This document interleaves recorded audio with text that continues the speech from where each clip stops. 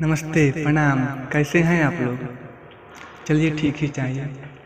15 अगस्त की बहुत ही शानदार दो मुखड़े लेकर आया हूँ। बहुत ही शानदार हैं। चलिए देर ना करते हुए मुखड़े की ओर बढ़ते हैं। ये रहा आपका पहला मुखड़ा। फहरेला ऊंचाई समान हो, जहाने ला पूरा जहान हो।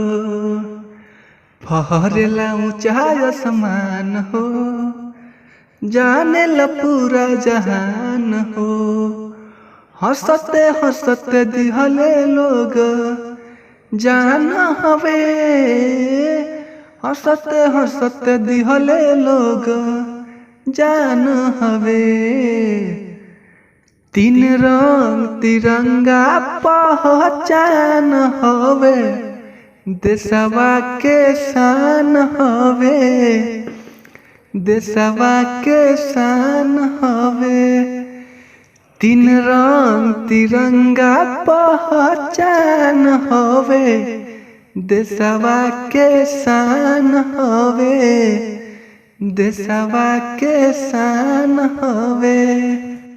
और ये रहा आपका दूसरा मुखड़ा। देश के तिरंगा हवे फहरिया समान में, आँख जे उठाई ले हब जान रे, जान रे। देश के तिरंगा हवे फहरिया समान में, आँख जे उठाई ले हब जान रे। हमारा के केहू नहीं बोली मारो, हमारी देह छतिया पगोली। केहू जदि बोली खेल खेली जाइब खून में से होली। केहू जदि बोली